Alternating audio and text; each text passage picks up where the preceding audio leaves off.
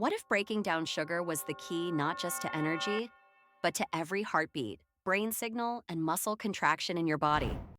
That's the power of glycolysis, the core metabolic pathway that converts glucose into usable cellular energy.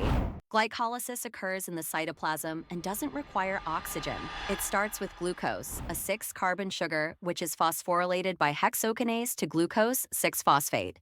This is then rearranged to fructose 6-phosphate and phosphorylated again by phosphofructokinase 1, an important regulatory step, into fructose 1.6-bisphosphate.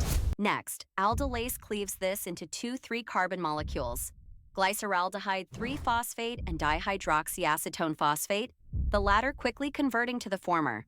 From here, a series of reactions convert glyceraldehyde 3-phosphate into pyruvate, producing ATP and NADH along the way. Enzymes like glyceraldehyde 3-phosphate dehydrogenase, phosphoglycerate kinase, enolase, and pyruvate kinase drive these steps. The net yield from one glucose molecule is 2 ATP and 2 NADH. In the presence of oxygen, pyruvate moves into mitochondria for aerobic respiration.